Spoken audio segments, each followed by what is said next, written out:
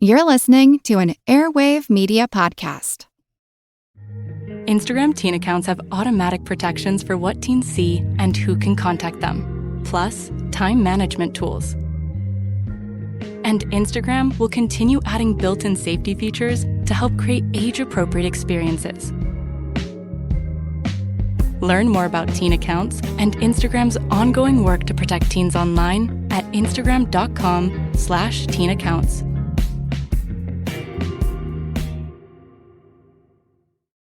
This episode is brought to you by Cologuard. Do you know what's really scary? Not screening for colon cancer when you turn 45. The Cologuard test is non-invasive, requires no special prep or time off work, and ships right to your door. In just 3 simple steps, Cologuard takes the scare out of colon cancer screening. If you're 45 or older and at average risk, ask your healthcare provider about the Cologuard test. Cologuard is available by prescription only. Learn more or request a prescription today at Cologuard.com/screen.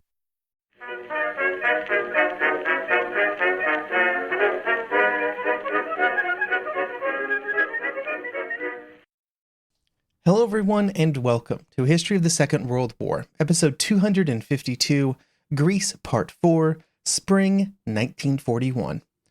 This week, a big thank you goes out to Cyril, Travis, and Eric von Falkenhayn for supporting the podcast by becoming members.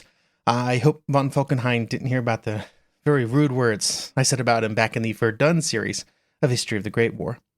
Members get access to ad-free versions of all of the podcast episodes, plus special member-only episodes released roughly once a month. Head on over to historyofthesecondworldwar.com/members to find out more. By early 1941, both the Germans and the British were committed to be involved in the fighting in Greece, although for completely different reasons. But in both cases, it would take time for forces to arrive and for them to begin to have an impact. This would allow a window for both the Greeks and the Italians to take another crack at an attack during the early spring months of 1941, before the other side's allies arrived. Both of them would try to capitalize on this window by launching an attack, first the Italians and then the Greeks. Once these offensive efforts failed to meaningfully alter the situation at the front, for both sides, it was time to wait and to prepare for the next stage of the campaign when their allies would arrive. For the Italians, that meant essentially just letting the Germans run the show. They were going to be the ones arriving with fresh troops and with major offensive plans that German forces would execute. For the Greeks, things were more complicated. The British force contingents would be much smaller than what the Greeks were already committing, and there would be disagreements between the two allies when it came to the best way to prepare their defenses. Those disagreements would never truly be solved by the time that the German offensive arrived. After the fighting in January and February, the Greek forces could best be described as exhausted. They had been at the front either fighting or simply surviving for months, and were mostly sustained by the fact that they had been able to advance into Albania, protecting Greece from the Italian advance. However, there were major challenges that they would face during the spring, both in Albania and elsewhere. The strategic situation was a real problem for the Greek military, and the army's leader, Papagos, understood at least part of their dilemma. There were 2 primary challenges that compounded on each other. First, and most importantly, there were simply not enough Greek soldiers to defend the entire length of its northern frontier from both the Italian and later German aggression. The total length of the border between Greece and Bulgaria was over 250 miles or 400 kilometers, long enough that they did not even plan to defend it all. Instead, a plan was made that would just sort of give up parts of Thrace and northern Macedonia and pull back to defenses that were called the Metaxas Line. But just giving up parts of Greece didn't solve all the problems. Even if the forces in Albania could hold with what they had, it was estimated that an additional 12 divisions would be required to man the Metaxas defenses. And even with British reinforcements, these troops did not exist. And that did not even include the shared border with Yugoslavia. If it fell to an attack, the Greek situation would be so much worse. If the Germans and Italians were able to enter from Yugoslavia, that would require the Greeks to defend another stretch of frontier that was over 120 miles or 200 kilometers in length. But even more importantly, all of the attacks from Yugoslavia would outflank both the Metaxas Line and the forces in Albania, injecting the invader directly into the heart of northern Greece. To guard against this problem, a series of defensive lines were being built along the Yugoslav border, which would meet up with the Metaxas Line to the east, but none of them were completed. and they needed time, they needed manpower, and they needed materials for them to reach sort of the potential of where they could reach in terms of defense. And those three things, time, manpower, and materials, were in very short supply. There were other important construction projects that were happening all over Greece to support the defense, with airfields being created to house the RAF and ports along the Aegean coast being enhanced to allow them to handle the large influx of supplies that were being pushed through them. The second problem, which related to the first, was that the advance into Albania had been successful. However, it presented a problem for future planning.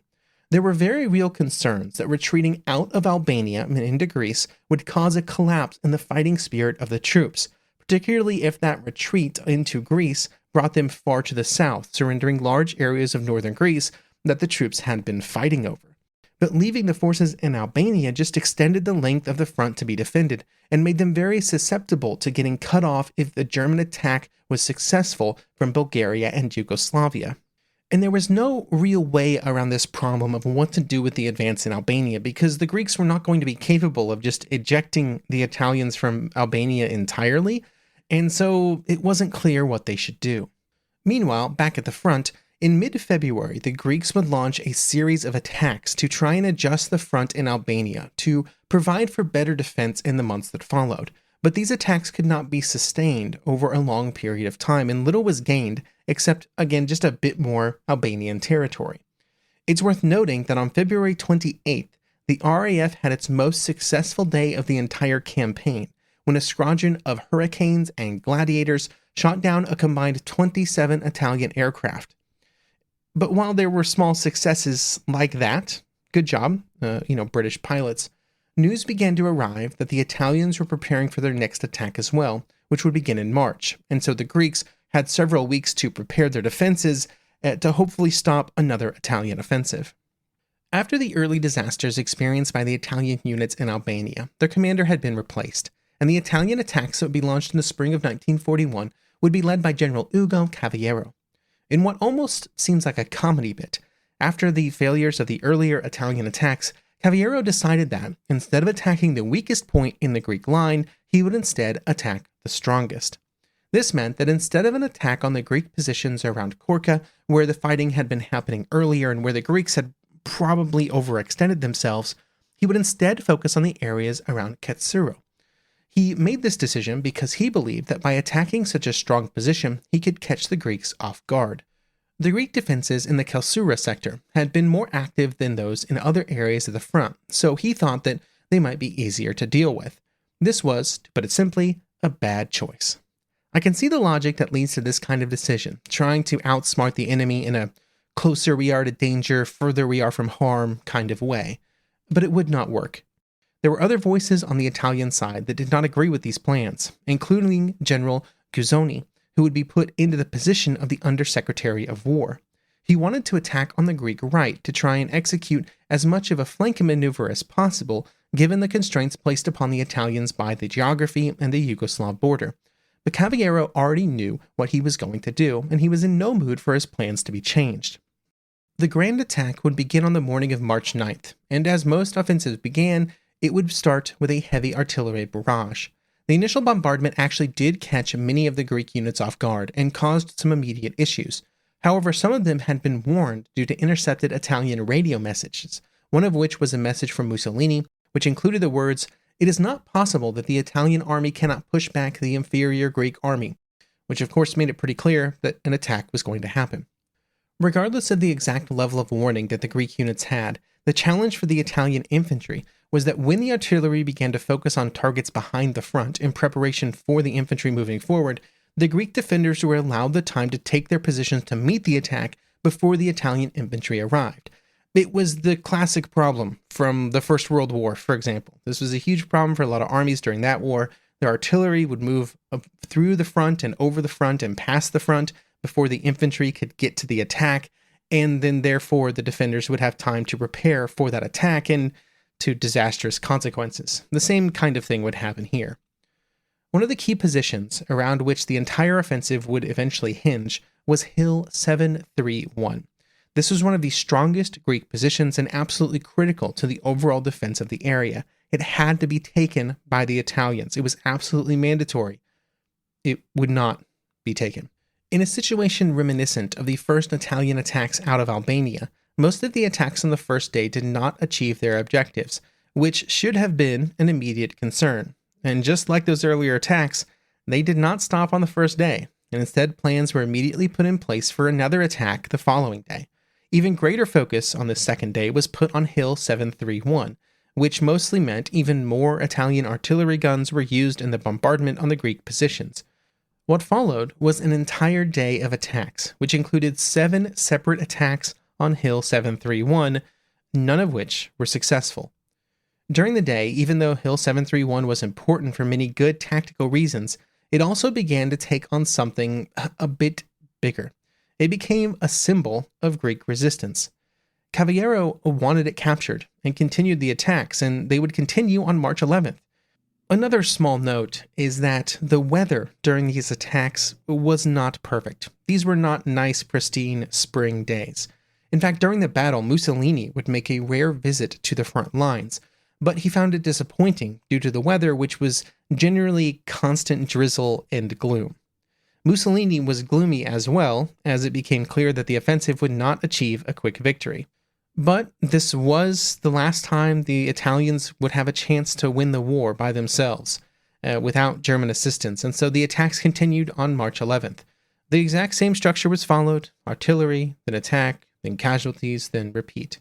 This would continue on the days that followed in what can best be described as a World War I-style battle of attrition. Day after day, the same thing. Every day, fewer men and lower morale on the Italian side. Eventually, there would be reports that blocking detachments of machine guns were set up to discourage any stragglers from abandoning their positions on the Italian side. The attacks would eventually slow down after March 15th, after 17 unsuccessful attempts over the previous 6 days. Some fighting would continue until March 25th, although by the end it was only in the form of small probing attacks at various points along the front.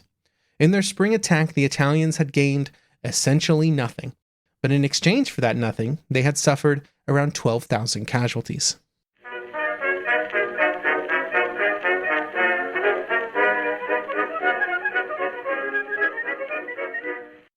As you might guess, I love history podcasts, but there's something special about going to the place where the history happened.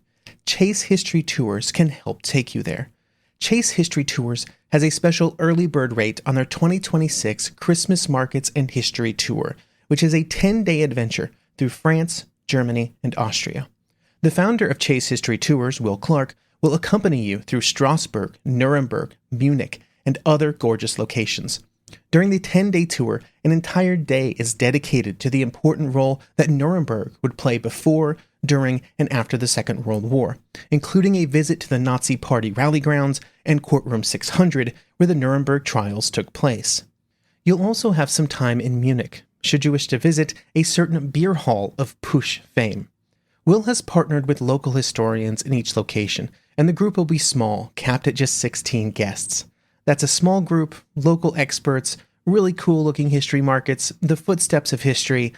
There's a lot to like here. You can head over to chasehistorytours.com to see a full itinerary of this trip, and also to reserve your spot.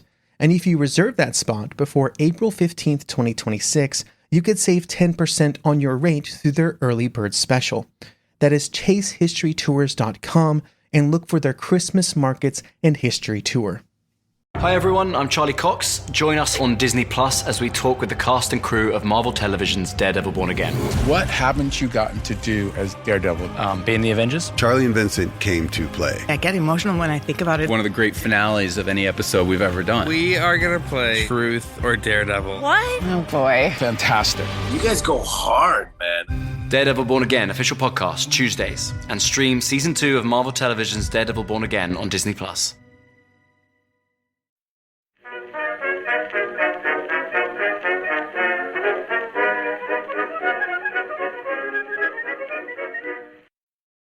While the Greeks and the Italians were continuing their own war in Albania throughout February and March, everywhere else in the Balkans their conflict was already beginning to spill out into the wider war. One of the first dominoes to fall was Bulgaria. Bulgaria was, in general, very displeased with the results of the First World War, losing territory to many of its neighbors as part of the peace agreements after 1918, and on March 1st, 1941, they would join the Tripartite Pact with Germany and Italy, which most importantly would allow German troops to move through Bulgaria towards either Greece or Yugoslavia.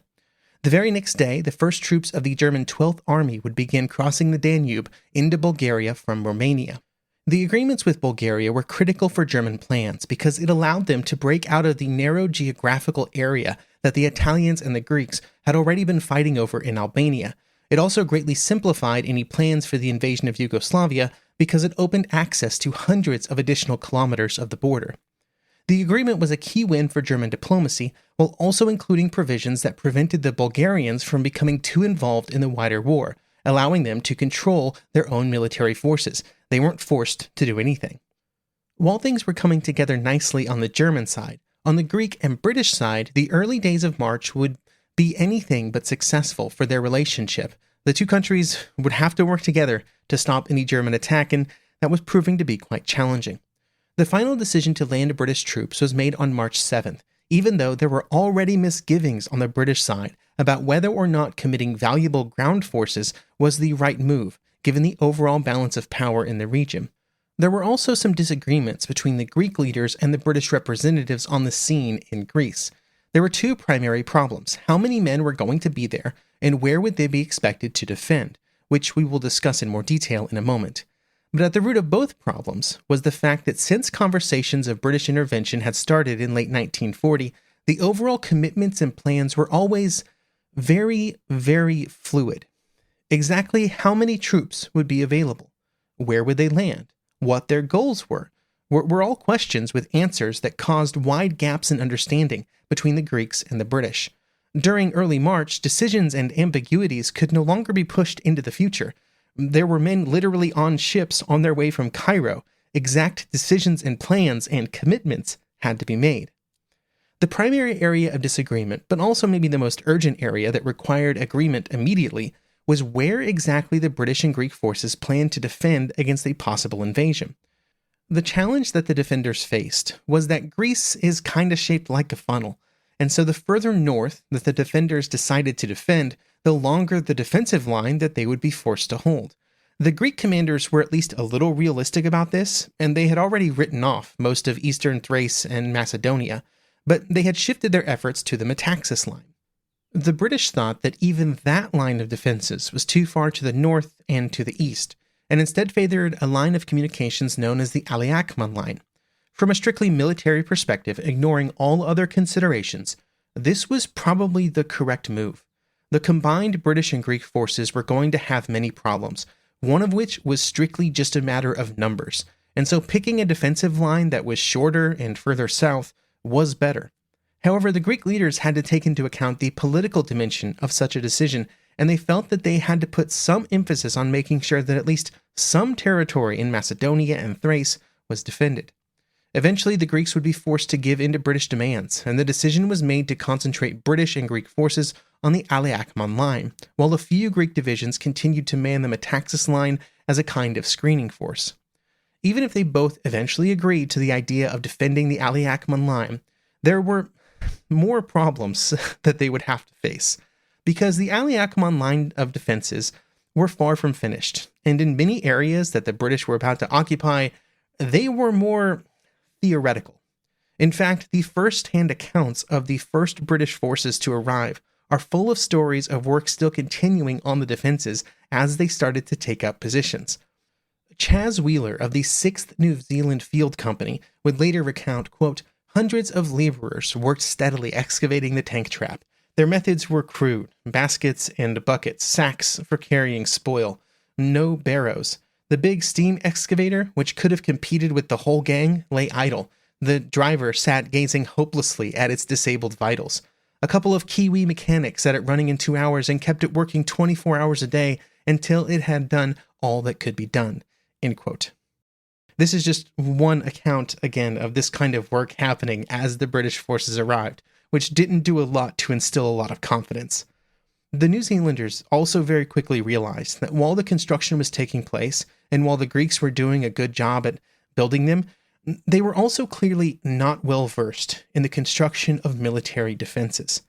Later in his account, Wheeler would call out a pillbox in particular that, while built very well by the Greek workers, was also set up in such a way that it was very easily seen from a tremendous distance, which would make it incredibly vulnerable to enemy artillery fire when the time came for the enemy to actually attack.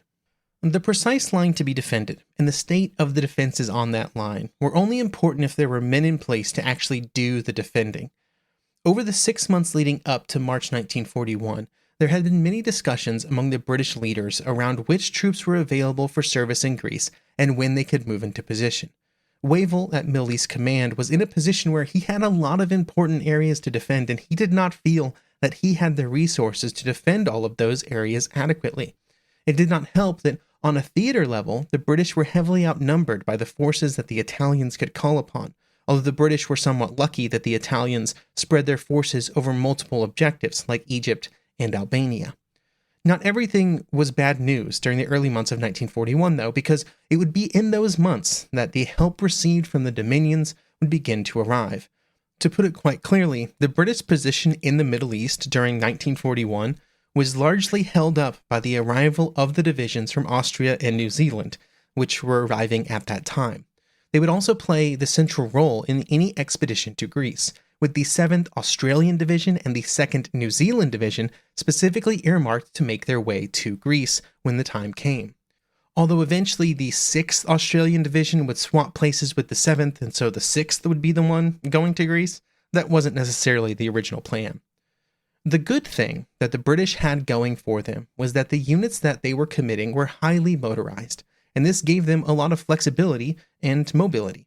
The New Zealand Division even had a battalion of light tanks and Bren carriers. Very good.